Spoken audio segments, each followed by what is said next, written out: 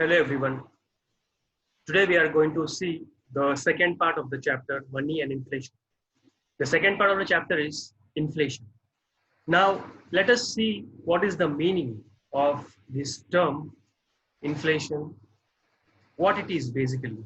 Now there are so many economists who have given different definitions about inflation. Let us see the first definition given by Dr. A.P. Lerner. He says that a situation of excess demand over supply of goods is called as inflation. So Dr. A.P. Lerner has defined inflation in terms of excess demand, excess demand over supply. Means when there is more demand and less supply, it's a situation of inflation. But Dr. A.C. Pigo says that inflation is said to occur when monetary income rises faster than the real income. He says that when monetary income means when there is a rise in the price of goods in the economy is more than the rise in the real income of the people. Real income means the purchasing power of the person. So when the price of the goods and services rise in the economy, but real income doesn't rise, means lot of increase is there of the price in the market, but purchasing power of the individual doesn't rise. So it's a situation of inflation.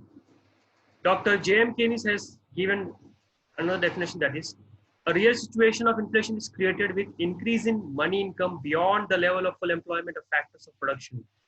Though there is full employment in the economy, there is full employment of factor of production, still there is a rise in the price, and this is called as inflation. Now, as we are talking about inflation, it is very important for us to understand what are the features of inflation, what are the characteristics of inflation. The first characteristic of inflation is constant rise in price levels of all the goods and services. Constant rise in price level means there is a continuous rise of price in goods and services. Constant means continuous rise in price. Second, price rise in all sectors of the economy. Now there are three sectors of economy: primary sector, secondary sector, and tertiary sector. When there is a constant rise in the price in all the sectors of the economy, it is the characteristics of inflation. Third is purchasing power decreases. That is, people's real income doesn't increase. They cannot purchase more because of less value of money. That is called as purchasing power decreases. And the last is the rise in price level after full employment. Though there is full employment in the economy, but still there is a heavy rise in the price. And because of this heavy rise in the price, it is inflation. These are the four features, four characteristics of inflation. Now, there are some other points that we should take into consideration for better understanding of inflation. The first point says that when government has kept control over and suppresses increase in price levels via rules, laws, and subsidies, it is considered inflation even if there is no price rise. This is called as suppressed inflation. Sometimes what happens, government does not increase the price of goods and services, but they do some change in the rules and regulations. They change some subsidies. When they do some changes in the rules, laws, and subsidies, ultimately what happens, it has its effect on price. And so we believe that price has increased, but in real term, they have not increased the price, but they have changed the law, they have changed some rules, or they have decreased the subsidies, or they have stopped the subsidies.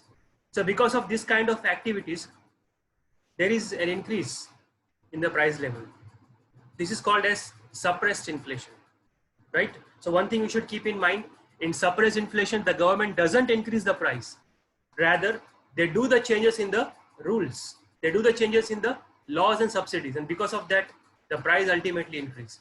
Second is, if in an economy for shorter period of time, if there is an increase in the price of the limited goods and services, then it is not inflation. Sometimes there is an increase in the price of goods, but it is not for a longer period.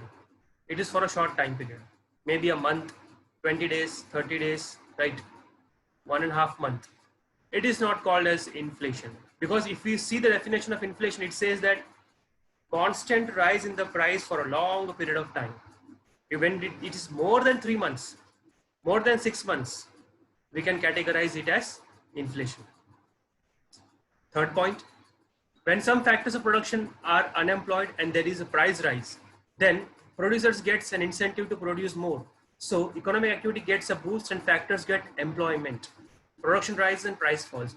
When there is a unemployment in the economy, so factor prices means there is a price rise in the goods and services. So to get more production, to produce more, unemployed factors are employed. When unemployed factors are employed, they boost, means they increase the production. As production increases, ultimately price falls in the economy. And last is, if there is unemployment in factors of production, it leads an economy, the increasing price of goods or services will allow employment to increase production to decrease the price of goods and services. This is same thing it talks about the third point. When there is unemployment in the economy, there is a increase in price. But when unemployed factors are employed, means those factors who had no working capacity, they were not employed, they had no job. When these factors are put into work, when they are given job, ultimately they contribute in the increase in production. And when there is huge production, ultimately the price of the goods decrease. Fine. Now let us see what are the reasons of inflation, what are the causes of inflation. So basically, inflation, there are two major factors which are responsible for causing inflation. That is demand and supply. Demand and supply are the two major factors that affect the price and ultimately affect the, means increases or increases the inflation. So the major factors affecting inflation are increase in demand and increase in production cost. So there are two major factors which affect or which are responsible for causing inflation: increase in demand and increase in cost of production. Now let us see what is increase in demand. Now basically, increase in demand means when supply is not adequate, when supply is not up to the mark, up to the level, and against the supply there is a huge demand in the economy. If there is suppose any good like a mobile phone whose demand is increasing day by day, but the supply is not increasing according to the demand, so we can say that demand is more but supply is less. So the supplier wants to match his supply against demand. So what does he do is he increases the price, right? So when there is an increase in the price levels in the economy because of increase in demand and not increase in the supply, this is called as demand pull inflation. See the definition. If there is inflation due to increase in aggregate demand means total demand as compared to total supply. When demand is more but supply is less, this is called as demand pull inflation. Now what are the reasons for demand pull inflation? The first reason is increase in supply of money. Now increase in supply of money means what? When there is a huge money in the hands of the individual. When there is a lot of money in the hand of individual, they create more demand. Like for example, so far we don't have money, our demands are less. As soon as our income increases, our money supply increases, what we do? We start increasing our demand. When the individual earn more income, because of which the demands or necessity increases. So increasing the demand and supply remains steady, leading to increase in price inflation. When we have a lot of money in our pockets, we create more demand, right? But demand increases, but supply doesn't increase. So it is the reason of demand pull inflation. Second is increase in public expenditure. Public in the sense government expenditure. You see, in the developing countries, lot of public expenditure is required. That is construction of infrastructure, maybe you can say roadways, buildings, railway lines, constructional work. So for all these developmental projects, lot of money is invested by government in the market. As government invest lot of money, this money comes in the economy and it falls in the hands of the people. As people get lot of money in their hand, what happens? They start demanding more goods. But supply of good doesn't increase at a time. So second point is again related to the first point. Because of increase in the public expenditure, lot of money is invested in the market and this money comes in the hands of the people. As the money comes in their hands, their income increases, their real income increases, their purchasing power increases, but supply does not increase in the economy. So it leads to again demand pull inflation. And the third point of demand pull inflation is, in India, every year we say there is an annual increase of 2% in the population. More population means more demand. More people means they have more demands. As the increasing population causes increase in the demands of basic requirements. And when the supply is insufficient, the price level increases. As every year more population is coming in the economy, the demand also are increasing. But supply is constant. Supply is increasing at a lower speed. Population is increasing at a higher speed, but supply is increasing at a lower speed. So there is a difference between supply and the demand. There is always found to be more demand over supply. That is the reason there is an increase in the price levels of goods and services, and this is the result of demand pull inflation. So finally, one line is quoted here: supply of money leads to increase in demands followed by increase in price levels of goods and services. When money supply is increased in the economy, when money is invested by government, this money comes in the economy in our hands and people create lot of demand, but supply is not increased. That is why there is a gap between demand and supply. Demand is always more, supply is less. As supply is less, the supplier increases the price of the goods, and when the prices are increased, it is considered to be inflation. Now, second point for inflation, the second cause of inflation is increase in cost of production. First, we have seen increase in demand. Second is increase in cost of production. Now, we know that supposingly, if somebody wants to produce a product, maybe you want to make wooden furniture.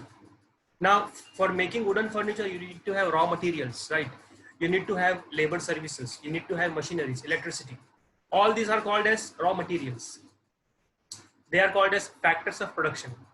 So when the prices of raw material is increased, when the wages of laborers are increased, when the charges of electricity is increased, obviously there is going to be increase in the cost of production, because cost of production is what? All the cost that is required for the production of goods. Wages, salary, raw materials, electricity charges, rent of the building, land, fixed charges. All these charges, when they are increased, it is called as increase in cost of production.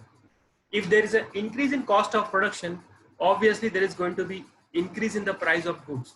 Supposingly, one table, wooden table, 5 years ago one table was made around 500 rupees. So we can say the raw material charge, wages, machinery charges, transportation charges, everything was included, and finally the table was ready and it was sold for 500. But today that same table has to be made, but raw material prices are increased, wages are increased of the laborers, rent of the building is also increased. So today we won't get the same table for 500. Obviously the table will be more than 500, right? This is called as, when there is an increase in cost of production, obviously there is going to be increase in the price of the goods.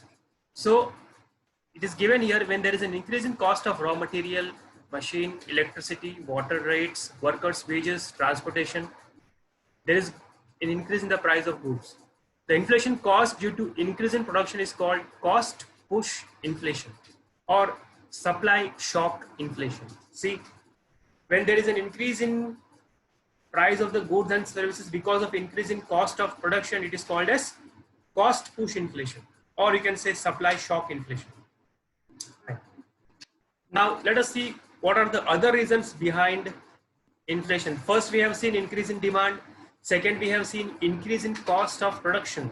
But apart from that, there are few more reasons. They are called as minor factors.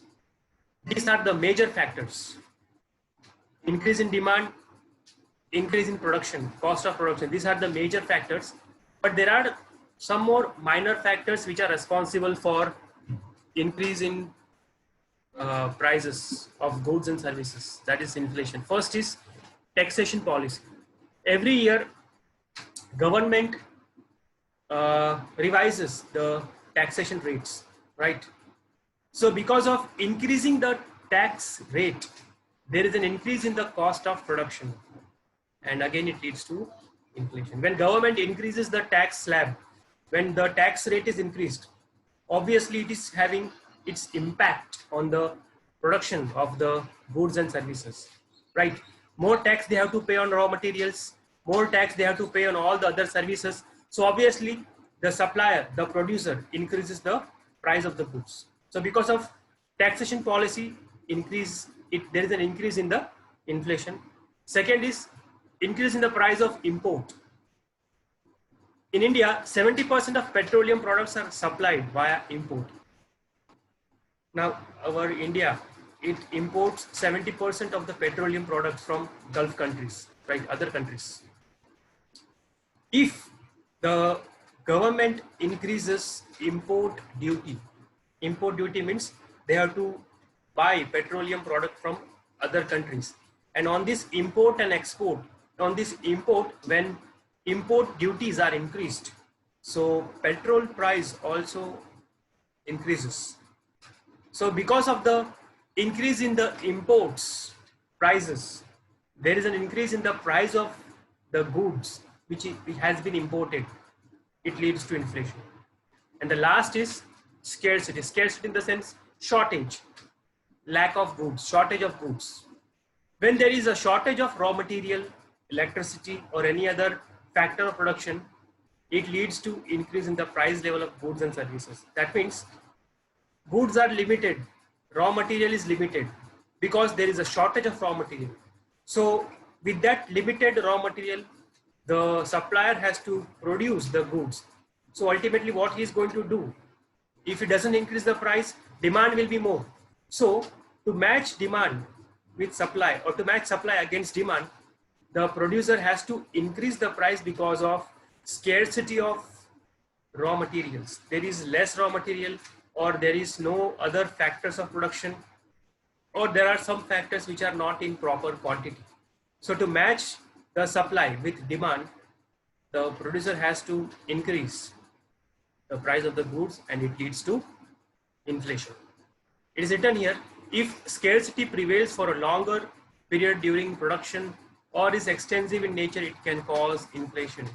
If there is a shortage of raw material for a longer period of time, 3 months, 4 months, 5 months, 6 months, 8 months, when there is a shortage of raw material, obviously there is going to be increase in the price of goods which has been produced, and it will lead to inflation in the economy. Okay, with this, our chapter is over. Thank you.